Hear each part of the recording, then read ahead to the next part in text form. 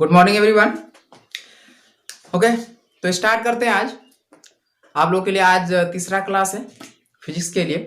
अब तक दो क्लास में हम लोगों ने देखा है और सीखा कि गति किसको कहते हैं, गति कैसे होता है, क्यों होता है। किसी ऑब्जेक्ट पर जब फोर्स लगता है, बल लगता है, तब उसमें गति होती है। और गति क्या होता है, तो एक जगह से जब ऑब्जेक्ट दूसरी जगह जाता है तब उसको हम गति कहते हैं। ओके, और जब तक ऑब्जेक्ट चल रहा होता है एक जगह से दूसरी जगह जब तक चल रहा होता है तो हम कहते हैं कि गति हो रही है। जैसे रुक गई तो इसका मतलब गति बंद हो गई, नहीं ऑब्जेक्ट अब रुक गया, वस्तु रुक गई है, रेस्ट में आ गई। ओके, और इसमें से हम लोगों ने कुछ और भी चीजें सीखी थी कि गति कितनी तरह की हो सकती है। तो इसमें से हम लोगों ने देखा था कि गति जो सीधी रेखा में हो सकती है। ओके, गति इस तरह से वृत्तीय भी हो सकती है, अलग अलग तरह से गति हो सकती है। साथ ही साथ हम लोगों ने यह भी देखा था कि गति में कुछ और भी एक अलग तरीके से भी हो सकती है। गति कुछ फिक्स डिस्टेंस तक में जो है आना जाना कर सकती है। ओके, ये भी हम लोगों ने देखा था। साथ ही साथ हम लोगों ने ये भी देखा था कि ये सर्कुलर है, एक फिक्स डिस्टेंस में था जिसको जो है पीरियोडिक मोशन कहते थे। और अब आज इसके बारे में हम लोग इसी में से हम लोगों ने विस्तार में कुछ चीजें सीखी थी। सिंपल हार्मोनिक मोशन के बारे में हम लोगों ने अब तक देखा। आज हम लोग देखेंगे कि इससे संबंधित क्या क्या घटनाएं हैं, जैसे कि दूरी, वेग, समय, चाल, विस्थापन, ये सब चीजों को मैंने देखा था हम लोगों ने। लेकिन इनसे आज हम लोग सीखेंगे कि इसका कैसे ग्राफिकल जो है रिप्रेजेंटेशन कैसे करेंगे हम लोग। ओके, हम लोग देखेंगे आज ग्राफीय तरीके से हम जो है ग्राफीय विधि से कैसे इसको हम शो कर सकते हैं। लेकिन उससे पहले हम चाहेंगे कि आप पहले देख लें कि जो वेग, समय, जो भी चीजें हैं जो सर्कुलर मोशन में कैसे काम करता है। चलिए, ये कोई एक पथ है जो सर्कुलर पथ है, मान लेते हैं इसकी त्रिज्या r है। ओके, तो इसका परिधि कितना होगा, परिधि मतलब सरकमफ्रेंस कितना होगा, तो आप जानते हैं 2 पाई r, ये इसका सरकमफ्रेंस होगा, राइट। अब अगर कोई वस्तु इस रास्ते पर, इस वृत्तीय पथ पर A से चलना शुरू करे और t सेकंड में, कितने देर में, t सेकंड में अगर ये पूरा एक चक्कर पूरा करता है, यानी कि अगर एक तरीके से कोई वस्तु वृत्तीय पथ पर एक समान गति से वृत्तीय पथ पर चल रहा है उसे हम एक समान वृत्तीय गति कहते हैं। कितना तो समझ में आता रही है। साथ ही साथ अगर कोई वस्तु t सेकंड में ये पूरा एक चक्कर पूरा करता है, कितने टाइम में, t समय में, t समय में इस A से चलकर वापस A तक पहुंचता है। ओके, तो हम कह सकते हैं इसका वेलोसिटी कितना होगा। तो हम निकालेंगे वेलोसिटी, तो हम लिखेंगे v इज इक्वल टोटल दूरी, डिस्टेंस कितना है 2 पाई r अपॉन टाइम कितना है t। ये वही फॉर्मूला है जो अब तक आप लोगों ने सीखा था। क्या था, याद है? ऐसा आपने देखा था, दूरी इज इक्वल समय इंटू चाल, है ना। इसमें हम लोगों ने देखा था समय के लिए लिया था t, चाल के लिए लिया था v, यानी कि वेलोसिटी के लिए। जब डायरेक्शन का पता हो तो वेलोसिटी, डायरेक्शन का पता नहीं हो तो चाल के लिए स्पीड, डायरेक्शन का पता हो तो फिर वेलोसिटी। दूरी के लिए हम लोगों ने कहीं के लिया था डिस्प्लेसमेंट, कहीं लिया था दूरी के लिए s, या फिर डिस्प्लेसमेंट के लिए d। ये इस तरह से होता है दूरी बराबर। अब मुझे क्या निकालना था, v निकालना था। मैं क्या t को इधर कर दूंगा, है ना, d बटे t, यानी कि d upon t is equal v। d क्या है, दूरी, टोटल दूरी कितना है, a से मैं चलकर वापस a तक पहुंचा, ये पूरी दूरी क्या, पूरी परिधि बन गई, सरकमफ्रेंस। और किसी भी वृत्त का सरकमफ्रेंस अगर उसका त्रिज्या r है तो 2 पाई r होता है, और टाइम कितना लगा t। So I can say v is equal 2 pi r upon t। Okay, इसके बारे में क्या होगा, डेफिनेशन क्या होगा, तो आपको डेफिनेशन बोर्ड पर दिखाई दे रहा, आप बोर्ड पर दिखाई देख सकते हो, ये रहा।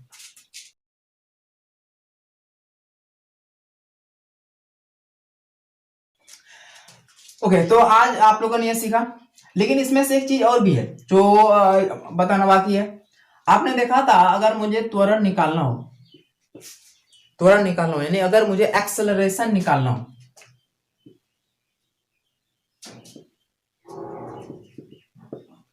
तो आपने सीधा सा देखा था कि वेग में परिवर्तन की दर त्वरण कहते हैं, राइट। वेग में परिवर्तन की दर को त्वरण कहते हैं। लेकिन अगर मैं इस वृत्तीय पथ पर चल रहा हूं, तो मुझे आप बताएं, और एक समान चाल से चल रहा हूं, एक समान चाल से चल रहा हूं, जैसे अगर मैं 20 किलोमीटर पर आवर की स्पीड से चल रहा हूं और इसी स्पीड से मैं चलता आ रहा हूं, मैंने कभी अपनी स्पीड कम नहीं की। ओके, तो ऐसे कंडीशन में आप क्या कहोगे, वेग में परिवर्तन हुआ या नहीं हुआ? क्या यहाँ एक्सेलरेशन होगा, त्वरण उत्पन्न होगा या नहीं होगा? तो इस कंडीशन में भी त्वरण उत्पन्न होगा, क्योंकि वेग में परिवर्तन का मतलब यह है कि इस 20 किलोमीटर पर आवर में परिवर्तन हो या इसके डायरेक्शन में परिवर्तन हो, डायरेक्शन यानी कि दिशा में परिवर्तन हो, क्योंकि वेग का मतलब केवल चाल नहीं, वेग और चाल में मैंने बताया दोनों में अंतर क्या है कि वेग में डायरेक्शन भी है, चाल में डायरेक्शन नहीं है। तो या तो इसमें अंतर हो, स्पीड में अंतर हो, या फिर इस डायरेक्शन में अंतर हो, दोनों में किसी में भी अंतर होगा तो हम कहेंगे वेग में परिवर्तन हुआ। अब देखेंगे कि यहाँ 20 किलोमीटर पर आवर की स्पीड में तो हम गए, एक समान चाल में गए, लेकिन फिर भी यहाँ त्वरण उत्पन्न होगा और हर पॉइंट पर होगा, जितने सारे पॉइंट से मिलकर ये परिधि बनी है। कैसे होगा? क्योंकि जब वस्तु यहाँ पर थी तो इसका डायरेक्शन इधर था, जब वस्तु यहाँ तक पहुंच गई है अब इस वस्तु का डायरेक्शन दूसरा है, जब वस्तु यहाँ तक पहुंचेगी अब इस वस्तु का डायरेक्शन अलग है, जब वस्तु यहाँ तक पहुंचेगी इसका डायरेक्शन अलग है। आप देख रहे हैं हर जगह वस्तु का डायरेक्शन बदलता जा रहा है, कहीं भी आप वस्तु को देखोगे तो वस्तु का डायरेक्शन चेंज होता आ रहा है, हर पॉइंट पर वस्तु का डायरेक्शन चेंज हो रहा है। और जब डायरेक्शन में चेंज हुआ इसका मतलब वेलोसिटी में बदलाव हुआ, जब वेलोसिटी में चेंज हो गया तो आप क्या कहोगे, वेग में परिवर्तन हो गया। वेग में परिवर्तन जब हो गया तो इसका मतलब एक्सेलरेशन उत्पन्न हो गया। इसीलिए सर्कुलर मोशन में जब कहीं भी अगर मोड़ आ जाता है, आप दौड़ रहे हैं, कहीं अगर मोड़ आ गया तो आपको अपनी स्पीड कम करनी पड़ती है, या अगर आप एक एथलीट है, अगर आप सर्कुलर पाथ पर अगर दौड़ रहे हैं तो इस तरह से सर्कुलर मोशन में क्या होता है, आपको दौड़ने में थोड़ी सी दुश्वारी होती है, आपको लगता है कि शायद मुझे ब्रेक लगाकर दौड़ना चाहिए, फुल स्पीड में आप नहीं दौड़ पाते हैं। और यही रीजन है कि जो मौत कुआं होता है ना, आप लोग देखे होंगे मेला में आता है मौत कुआं में जब मोटरसाइकिल फुल स्पीड में घूम जाता है, यही रीजन है। इस एक्सेलरेशन के कारण जो है उसके अंदर जो खिलाड़ी होता है, जो प्लेयर होता है, जो मोटरसाइकिल लेकर जो घूमता है मौत कुएं में, वो गिरता नहीं है, इसी एक्सेलरेशन के कारण। क्यों? क्योंकि यहाँ जब भी ऑब्जेक्ट चाहे जिस भी पॉइंट पर हो, ये ऑब्जेक्ट दो फोर्स लगाता है, एक अपने केंद्र की तरफ और एक बाहर की तरफ। हर पॉइंट पर वो जो है उनका डायरेक्शन चेंज होता रहता है और वो दो जगह फोर्स लगाता है, एक अंदर की तरफ एक बाहर की तरफ। जैसे उन्होंने घूमना बंद किया, बाहर की तरफ फोर्स उनका बंद हो जाता है। जैसे गाड़ी अगर बंद कर देगा अगर खिलाड़ी, तो क्या होगा, वो बाहर की तरफ जो फोर्स लगा रहा था वो फोर्स उसका खत्म हो गया और वो क्या हुआ, अंदर की तरफ वो खींचा चला जाएगा, यानी कि गिर जाएगा। या फिर आप कोई एक गिट्टी लो, ठीक है, किसी चीज में बांध कर उसको ऐसे घुमाओ जोर से, तो क्या होगा, जैसे आप लूज करोगे वो गिट्टी नीचे की तरफ गिर जाएगी, आपके हाथों में लटक जाएगी। जब तक आप घुमा रहे थे तब तक आपको लग रहा था कि शायद वो बाहर ना निकल जाए। ओके, तो ये जो है दो तरह के बल लगाता है, और इसी तरह का बल चंद्रमा भी पृथ्वी पर लगाता है। अगर मान लो कि ये हमारी पृथ्वी है, ये अर्थ है और ये मून है, तो मून भी जो है अर्थ के अकॉर्डिंग जो है इनके चारों साइड घूमता है, तो ये भी इसके ऊपर फोर्स लगाता है। और यही रीजन है कि दिन में यानी कि 24 घंटे में दो बार ऐसा होता है, 2 टाइम्स ऐसा होता है कि जो है हाई टाइड और लो टाइड आता है। जान रहे हैं आप, हाई टाइड और लो टाइड। ये टाइड क्या है पता है आपको? ये पता है तो आज जान लो। हाई टाइड मतलब होता है ज्वार, और लो टाइड मतलब होता है भाटा, है ना। ज्वार भाटा आता है ना, हर जो है 24 घंटे में 2 बार आता है। जो मुंबई में रहने वाले हैं, केरला में रहने वाले हैं, कन्याकुमारी में उधर, या फिर जो पुणे में रहने वाले हैं, अब उनको पूछो तो पता चलेगा कि जो है समंदर का पानी दिन में एक बार और रात में एक बार किनारे बहुत दूर तक जाता है, फिर वापस लौट के चला आता है, इसी कारण होता है। ओके, चलिए, तो आज का हमारा जो टॉपिक था वो पढ़ते हैं। हमारा टॉपिक था कि हम ग्राफ सीखेंगे आज, ग्राफ क्या होता है और कैसे होता है। ग्राफ से सबसे पहले हम देखेंगे, जब मोशन आया होगा वस्तु में, जब वस्तु गति करेगी, जब वस्तु गति में होगी तो कुछ ना कुछ दूरी तय करेगी, ट्रेवल करेगी, और उस दूरी को ट्रेवल करने में क्या होगा, उसमें कुछ समय लगेगा, कुछ ना कुछ समय लगेगा ट्रेवल करने में, राइट। 2 चीजें हमारे पास आती है, तो अब हमें इससे क्या निकलेगा, दूरी और समय से के रिलेशन में क्या आता है, आप ध्यान दो। दूरी बराबर क्या होता है, चाल गुने समय, है ना, चाल गुने समय। तो अगर मेरे पास समय है और दूरी है इस ग्राफ में हमें क्या निकलेगा, ग्राफ क्या देगा हमें, चाल देगा, राइट। अगर ये लाइन y एक्सिस दूरी के लिए रिप्रेजेंट हो रहा हो और अगर ये x एक्सिस समय के लिए रिप्रेजेंट हो रहा हो, यानी कि इसके लिए मैंने लिखा t, दूरी के लिए मैंने लिखा s, है ना। अगर मैंने ये माना तो अगर इससे जो ग्राफ निकलेगा, जो ग्राफ बनेगा, जो ग्राफिक लाइन होगा, ग्राफ का लाइन जो प्रकृति होगी वो जैसी भी हो, बट जो ग्राफ की लाइन होगी वो क्या शो करेगी, समय के लिए मैंने t ले लिया, दूरी के लिए मैंने s ले लिया, मेरे पास क्या बचे हैं, चाल। चाल के लिए मैंने क्या किया, मैं क्या लूं, इसके लिए मैं अगर मान लो c ले लेता हूं, ठीक है। अगर मैंने c ले लेती, हमारा यहाँ c रिप्रेजेंट करेगा, ओके। या फिर अगर मैं ऐसा कहूं कि अगर यहाँ मैं डिस्प्लेसमेंट ले लूं, यहाँ वेलोसिटी ले लूं, यहाँ मैं समय ले लूं। अगर मैं ले लूं डिस्प्लेसमेंट के लिए d, वेलोसिटी के लिए v एंड समय के लिए t, तो ये मेरा अगर t है और अगर ये मेरा d बन जाएगा, देन ऐसे कंडीशन में ये मेरा v रिप्रेजेंट करेगा, यानी वेलोसिटी रिप्रेजेंट करेगा, ओके। तो यहां से मुझे क्या समझ में आ रहा है, क्या बात है, पता चली कौन कौन सी चीजें, कि मुझे अगर दूरी समय ग्राफ बनाना हो तो हमें ग्राफ क्या देगा, स्पीड देगा, क्या देगा, स्पीड देगा। अब स्पीड का ये जो ग्राफिकल लाइन है, जो ग्राफ का लाइन है, ये क्या शो करता है, इसको समझने के लिए हम लोग देखेंगे।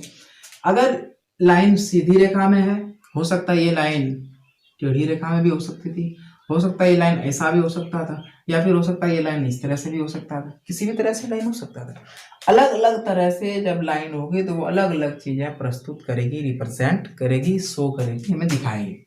सबसे पहले हम लोग देखेंगे straight line, okay. Straight line हम लोग देखने की कोशिश करते हैं। तो सबसे पहले स्ट्रेट लाइन के लिए मैं क्या कर रहा हूँ, स्केल की मदद ले रहा हूँ, ये मैंने डाला स्ट्रेट लाइन, ओके।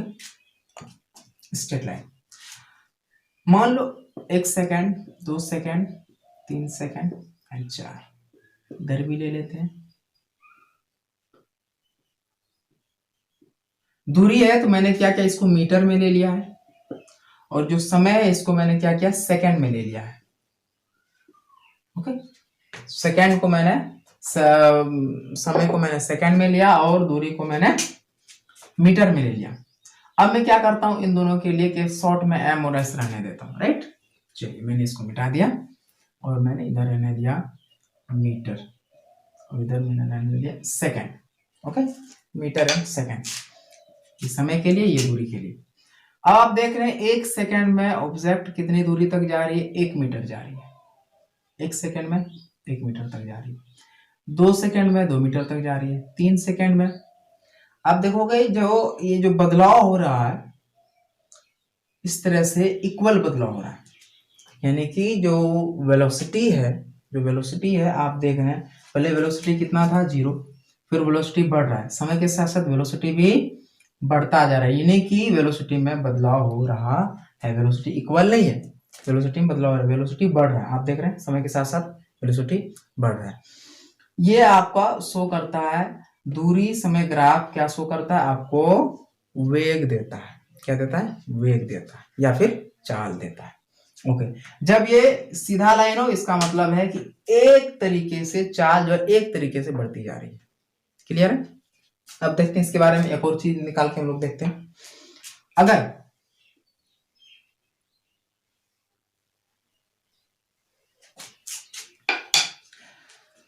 मैं इसी लाइन को थोड़ा सा अलग तरीके से डालूं, लेकिन स्ट्रेट ही डालूं,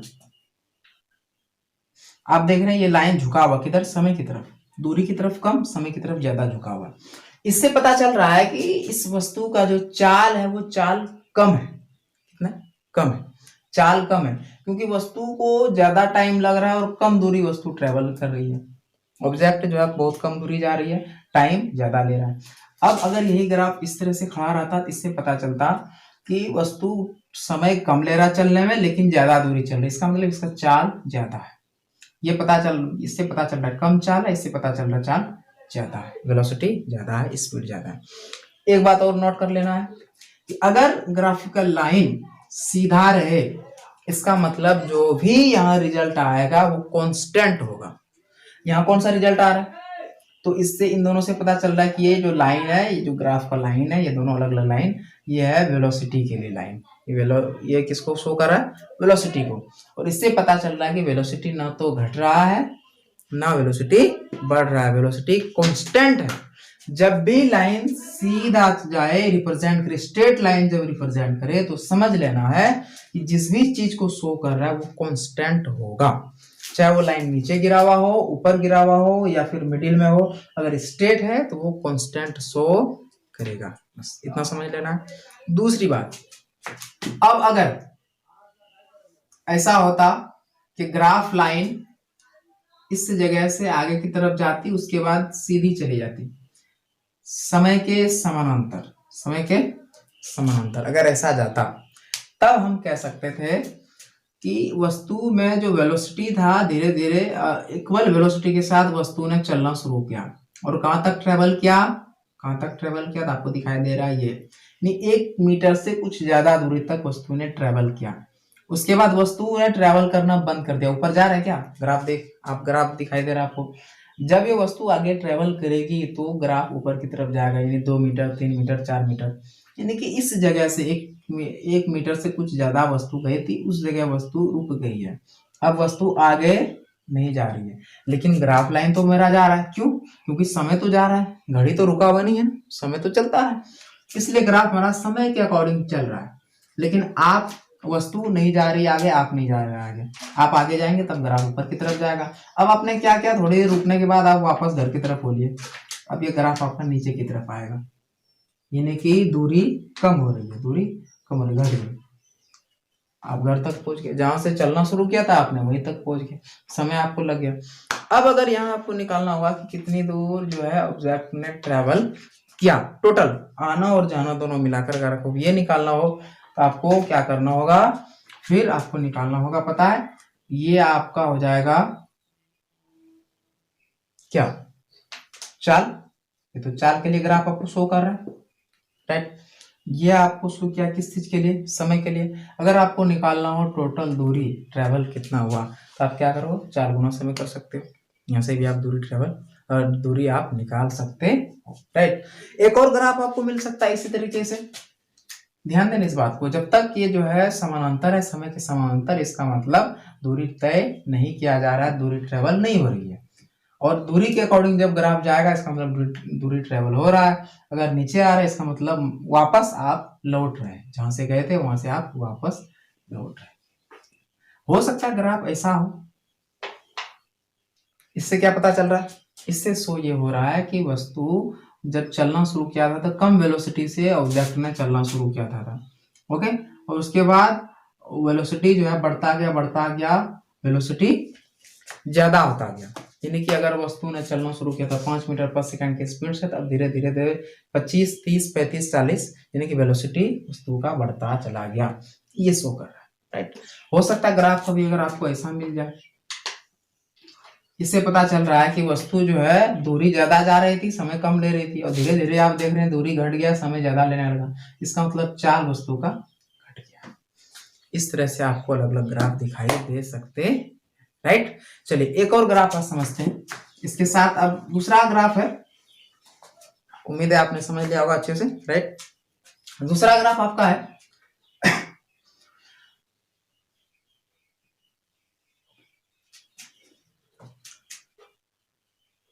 मान लीजिए ये आपका समय है और इसके लिए आपने क्या लिया है, सेकंड ले लिया है, और ये आपका वेग है, वेग क्या, वेग कौन सा चीज है, अभी आपने पढ़ा था, देखा था, वेग क्या है, ये वेग। मान लेते ये आपका है, वेग किस में होगा, मीटर पर सेकंड में होगा, ये तो आपको पता है। ये है 1, 2, 3, 4 एंड 5, राइट। ये आपका हो गया 1 second, 2 second, 3 seconds, 4 seconds, 5 seconds and 6 seconds, okay, and dot dot dot and so on. ये आपका ग्राफ शो कर रहा है। अब इससे जो रिजल्ट निकलेगा वो हमें बताएगा कि क्या हमको निकालना है, क्या रिजल्ट आएगा। आप याद कीजिए, ऐसा कोई इक्वेशन आपको पता हो जिसमें कि समय हो और वेग हो, तो आप फिर याद करोगे कि सर वही तो होता है, displacement is equal to velocity into time, या फिर आप बोलते हैं दूरी इक्वल टू क्या होता था, समय गुना क्या है, चाल। अगर आप यहाँ डिस्प्लेसमेंट ले लेते हो तो चाल की जगह वेग हो जाएगा, राइट। इससे क्या पता चल रहा है, जो ग्राफ मेरा आएगा वो क्या शो करेगा, दूरी शो करेगा। क्या शो करेगा, साथ ही साथ ध्यान देना, एक्सेलरेशन शो करेगा। एक्सेलरेशन भी कभी आपको दिख सकता है और दूरी भी दिखाई दे सकता है, अलग अलग कंडीशन में। हम दिखाएंगे कैसे कैसे। सबसे पहले मान लेते हैं ऑब्जेक्ट जीरो से चलना शुरू किया ऑब्जेक्ट, और ये जो ग्राफ है आपको सीधा जा रहा है। वेग में देखिए आपको कुछ बदलाव दिखाई दे रहा है। पहले था 1 मीटर पर सेकंड, फिर आ गया 2 मीटर पर सेकंड, फिर आ गया 3 मीटर, फिर 4 मीटर, फिर 5 मीटर। अब देखें वेग बढ़ रहा है, ग्राफ तो ये बता रहा है, ग्राफ पहले नीचे था, धीरे धीरे ऊपर की तरफ जा रहा है। तो ग्राफ से पता चल रहा है कि वेग जो है आपका बदल रहा है, वेग आपका बदल रहा है, राइट। लेकिन साथ ही साथ आप ये भी देख रहे हैं कि समय के साथ बदल रहा है, राइट। समय भी तो लग रहा है, 1 सेकंड 2 सेकंड 3 सेकंड कुछ समय भी लग रहा है, और वेग में परिवर्तन भी हो रहा है। बताया था ना अभी, दोनों रिजल्ट इससे निकलेगा, दूरी भी इससे निकल जाएगा मेरा और त्वरण भी निकलेगा, एक्सेलरेशन भी। कैसे, वेग में देखिए परिवर्तन हो रहा है, 1 2 3 4 5 की तरफ जा रहा है और समय भी ले रहा है। और जब वेग में परिवर्तन होता है तो उसको हम क्या कहते हैं, एक्सेलरेशन। एग्जैक्टली आपको याद है एक्सेलरेशन। तो यहां से हमको क्या निकलेगा, यहां से हमें त्वरण मिलेगा। क्या मिलेगा, त्वरण मिलेगा। समझ बात आई, वेरी गुड। इससे हमको त्वरण मिलेगा। तो ये देखिए स्ट्रेट लाइन है, इसका मतलब जो त्वरण मिलेगा वो हमें मिलेगा एक समान। कैसा मिलेगा, एक समान, राइट, एक समान त्वरण मिलेगा। ओके। अब अगर इसी लाइन में ये जो लाइन है वक्राकार होता, स्ट्रेट लाइन नहीं होता, तब हम क्या कहते हैं कि त्वरण एक समान नहीं है, असमान है। लेकिन अभी त्वरण एक समान है, यानी कि त्वरण जो एक समान है, एक समान का मतलब क्या है, कांस्टेंट त्वरण चल रहा है, जो एक्सेलरेशन है वो कांस्टेंट है। बात समझ में आ गई, कांस्टेंट। ओके। अब हम इस ग्राफ को चेंज कर देते हैं, मान लेते हैं ग्राफ कुछ इसी तरह, ग्राफ कुछ बदलाव सा है। ग्राफ है कुछ इस तरह से, स्ट्रेट लाइन समय के साथ। ओके। अब बताइए आपके इसमें से क्या हो सकता है, क्या इसको भी आप एक्सेलरेशन कहोगे या कुछ और कहोगे, क्या इससे निकलेगा। तो आप देख सकते हैं कि ग्राफ ना ऊपर जा रहा है ना नीचे जा रहा है। वेग और समय के रिलेशन में तो हम एक्सेलरेशन निकालते थे, वेग में परिवर्तन की दर को त्वरण कहते हैं। लेकिन वेग में कोई परिवर्तन हो रहा है क्या, देखिए तो से जो है ग्राफ लाइन स्टार्ट हुआ है और समय के एक्सिस के साथ जो है ये चल रहा है, ना ऊपर की तरफ ना नीचे की तरफ। तो हम कहेंगे कि वेग में कोई परिवर्तन नहीं हो रहा है, मतलब त्वरण जीरो है। त्वरण इसमें नहीं है, कुछ नहीं है, त्वरण जीरो है, त्वरण ही नहीं, परिवर्तन ही नहीं हो रहा है, ना घट रहा है ना बढ़ रहा। अगर घटता तो मैं माइनस में कहता, मंदन कहता, ठीक है। त्वरण को मैं नेगेटिव बोलता यानी मंदन कहता, अगर प्लस में होता फिर मैं उसे त्वरण कहता। बट यहाँ माइनस की तरफ आ रहा है ना प्लस की तरफ, यानी त्वरण आपका जीरो है। अब इससे क्या निकल सकता है, इससे पता चल रहा है कि हम एक ही वेलोसिटी से, कांस्टेंट वेलोसिटी से चल रहे हैं समय के साथ। वेलोसिटी मेरा 2 है और मेरा समय लग रहा है 6 7 8 9 सेकंड, सेकंड मेरा टाइम चल रहा है और वेलोसिटी मेरा कांस्टेंट है।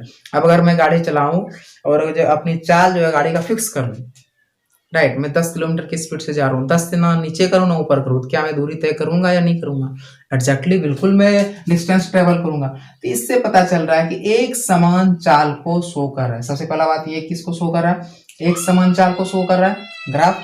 दूसरा ये शो क्या कर रहा है, इससे आपको दूरी का भी पता चल रहा है। फॉर एग्जाम्पल यहाँ तक आपने पहुंचा था और आपका जो है क्या हुआ, वेलोसिटी जीरो हो गई, यानी गाड़ी आपकी रुक गई, गाड़ी रुक गई, velocity zero.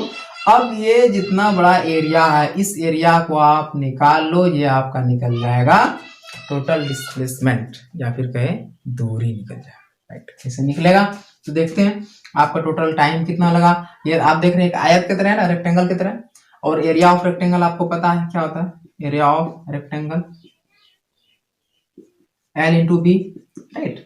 L length, length क्या है, यहां से यहां तक लेंथ देखो 5 सेकेंड, सेकेंड के लिए हम S ले लेते हैं और मल्टीपल B यानी कि 2, ये क्या है 2 मीटर पर सेकेंड है, तो ये मेरा कितना हो जाएगा 5 इंटू 2 10। S के लिए मैं S ले लेता हूं और मीटर के लिए, इसके लिए मीटर पर सेकेंड ले लेता, तो ये कैंसिल आउट हो गया, यानी मेरा आ गया 10 मीटर डिस्टेंस। टोटल डिस्टेंस मेरा कितना हो गया 10 मीटर। एग्जैक्टली। तो यहाँ से दूरी भी निकलेगा, त्वरण भी निकलेगा। ओके, जब लाइन जो है ऊपर की तरफ या नीचे की तरफ आएगी, चाहे सीधी लाइन हो या वक्राकार हो, तो हमें त्वरण मिलेगा। और अगर त्वरण नहीं भी मिल रहा है तो दूरी तो हमें मिलेगा ही मिलेगा। ये बात समझ में आ गई? उम्मीद है आपको समझ में आ गया होगा सारी चीजें। लास्ट पॉइंट एक और मैं बता दूं आपको, अगर ग्राफ कुछ इस तरह से हो, अगर ग्राफ कुछ दूरी तक गई और फिर इस तरह से कांस्टेंट होने के बाद फिर जो है नीचे की तरफ आ गई। ओके, तो ऐसे कंडीशन में हम क्या कह सकते हैं कि देखिए वस्तु का जो वेलोसिटी था वो धीरे धीरे बढ़ रहा था, यानी कि वेग में परिवर्तन हो रहा था, यानी कि त्वरण।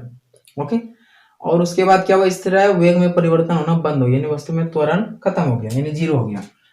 लेकिन वस्तु ट्रेवल कर रही है और फिर क्या हुआ, वस्तु का जो त्वरण था वो नेगेटिव हो गया, यानी कि जो एक्सेलरेशन था यहाँ प्लस में था, फिर यहाँ जो एक्सेलरेशन है वो माइनस में है, और यहाँ जो एक्सेलरेशन है वो जीरो है। राइट, फिर क्या हुआ, धीरे धीरे वस्तु का स्पीड कम हुआ, यानी कि गाड़ी का स्पीड कम करते हैं ना अगर आप चलाते हैं तो, धीरे धीरे स्पीड कम हो गया और स्पीड खत्म हो गया, जीरो, यानी गाड़ी अब रुक गई है, क्योंकि वेलोसिटी नहीं है गाड़ी में, जीरो है, इसका मतलब गाड़ी रुक गई, जैसे यहाँ तक पहुंच गई।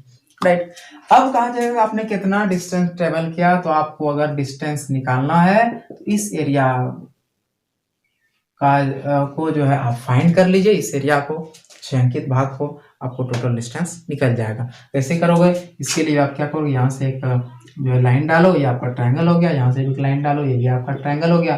ट्रायंगल का एरिया आप निकाल सकते हो, half into base into height, और फिर ये आपका जो है निकल गया क्या, आयत। आयत लेंथ इंटू ब्रेथ, पता है लंबाई कितना, यहाँ से यहाँ तक, ये चौड़ाई यहाँ दिखाई दे रहा है 3 से 5 तक, आप इसको निकाल सकते हो, ये इस तरह आपकी दूरी निकल जाएगी। उम्मीद करते हैं आपको वीडियो अच्छा लगा होगा। साथ साथ अगले क्लास में हम लोग सीखने की कोशिश करेंगे कि इससे संबंधित कुछ बीजीय व्यंजक है, ठीक है, कुछ फॉर्मूले हैं, कुछ सूत्र है, वो देखने की कोशिश करेंगे कि क्या रिलेशन है वी एस और जो था दूरी के लिए जो हमने लिया था एस वो, या फिर डिस्प्लेसमेंट के लिए डी, या फिर और भी चीजें जो है, या फिर एक्सेलरेशन टाइम के लिए टी, सब चीजों के बीच में क्या रिलेशन है, हम लोग ये देखने की कोशिश करेंगे अगले क्लास। ओके, आप कमेंट करके हमें जरूर बताइए। Thank you very much.